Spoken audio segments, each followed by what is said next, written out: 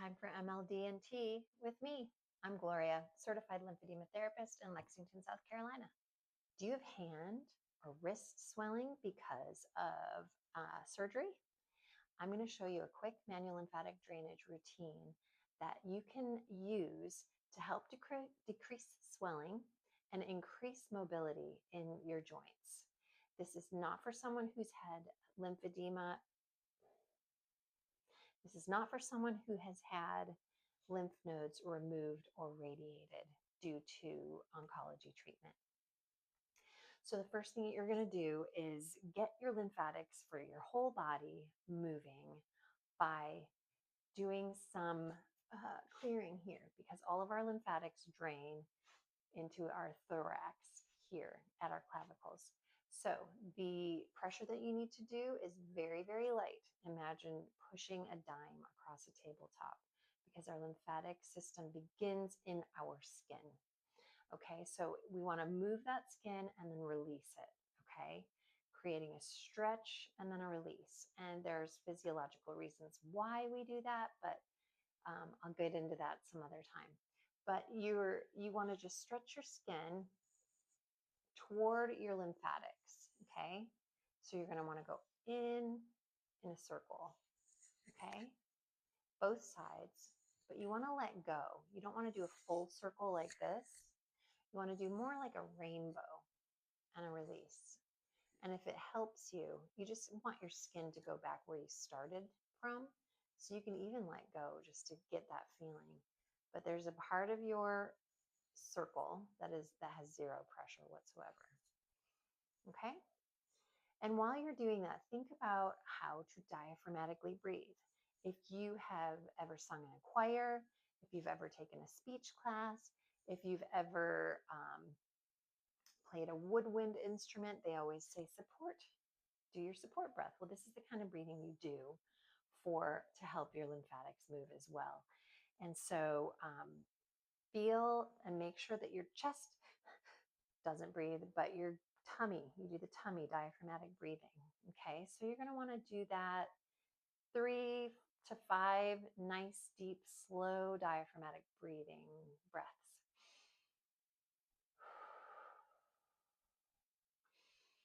Your tummy wants to go out, and these try not to engage.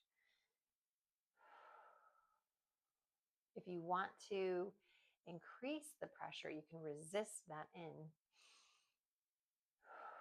And that creates more of a suction, because our lymphatic trunk goes all the way, it runs alongside our vasculature, and it actually perforates the diaphragm. So when you take a nice deep belly breath, you're stimulating suction to go through, and it dumps into this area. So clear some space here, do your diaphragmatic breathing, and then we'll move to these lymph nodes underneath what are in the armpit, close to wherever the incision was. Okay, so what you want to do is and you can go a little deeper here, because we've got a ton of lymph nodes in this area.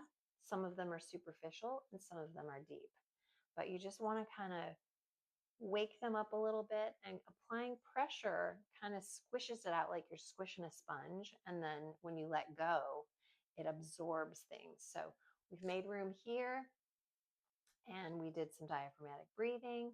And now we're going to wake these lymph nodes up. Okay. You can also do a little bit of stuff on your neck too, just to kind of get things moving. Okay. So what you're going to do here is your neck, you're going to pull your skin back toward the back of your head, pull it down toward your collarbones, and then release. Do that 5 to 7 times. And you can still continue your diaphragmatic breathing if you think about it. So do that 5 to 7 times, and then your axilla a few times. And then you're just going to start working, stretching your skin, letting go. Stretch your skin, let go. Stretch your skin, let go. I'm working all of the skin. And the reason why we're doing this up here, even though the incision or the surgery may be down here, is that we work closest to where the lymphatic system ends. And we clear all this. And you can stretch your skin, let go. Stretch your skin, let go. And you really want to just make sure that you clear space, because we're going to be pulling a lot of edema up from this area. So we need to make space here. It's like a traffic jam. You're stopped at a red light or there's a big wreck. You can't go if you're down at the back of the line. You have to wait for everyone closest to the red light or closest to the wreck to go around that wreck. And so you just want to stretch the skin, release, stretch the skin, release, stretch the skin, release. And you want to get even the stuff in the back, okay? And 5 to 7 times in each place. If you've got an area that feels a little bit sluggish, you can also just spend more than 5 to 7 times.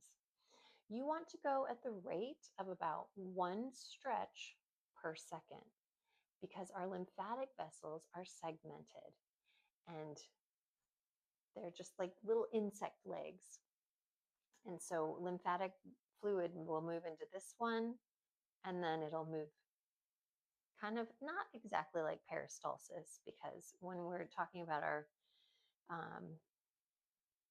digestive system, it's open. But we've got little tiny segments that are opened and closed by valves, and they move at about 1 second per squeeze. All right.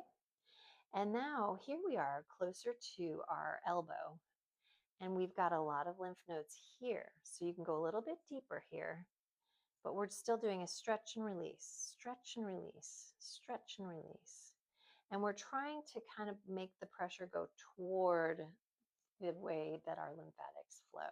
So I'm pressing and releasing, but I do aim it up toward my armpit. Okay?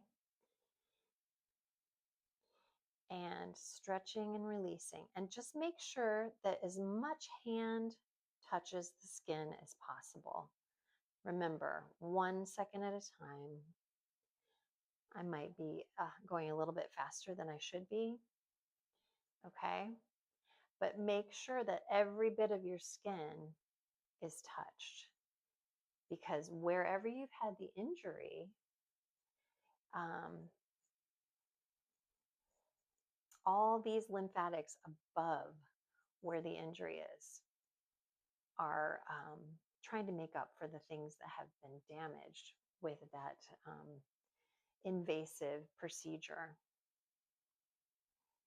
Now, if you've had a lot of work done in one area, you may not want to work past that, but you can, like right on top of it. If you have an incision, you can stimulate everything around that incision, but make sure that you touch everything, because damaged vessels are going to be like, I don't know what to do with this lymph. So the other vessels around it that haven't been damaged, they're going to be like, come this way, I can help you. So really, you're just kind of waking up the lymphatics around the damaged area as well. There's still some that are intact, and there are new pathways being formed. All right, now, wrist area, be very gentle. And you can do it in a couple different directions, but always up toward the lymph nodes. And the back of the hand, just a few little press and release, stretch and release, stretch and release. Okay, now with the surgery, there's going to be a lot of swelling. And even just squeezing the fingers helps. But if you haven't cleared this area, squeezing the fingers may actually make your hand swell more. So make some room, okay? You can move the skin on your fingers if you feel kind of like sausage fingers. Move the skin, but release it. Release it, okay? Even the different segments of your fingers. Okay, each one. You can even work on the hand in this direction. You want to go out toward the side and then this way up the wrist. Okay, and you can do that at both sides of your hand. Out to the side and then up toward the wrist and then let go. Okay, squeezing your fingers.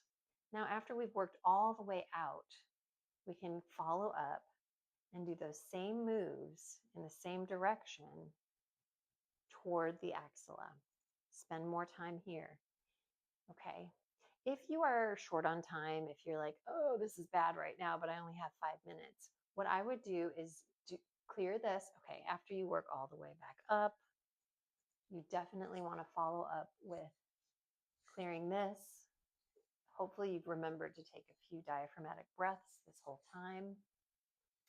But just getting this moving faster will help you. Now, if you've just done that, and if you have a compression glove you can find, I've talked to my friend about where she can find something on Amazon, but just something to contain and prevent backfilling, okay?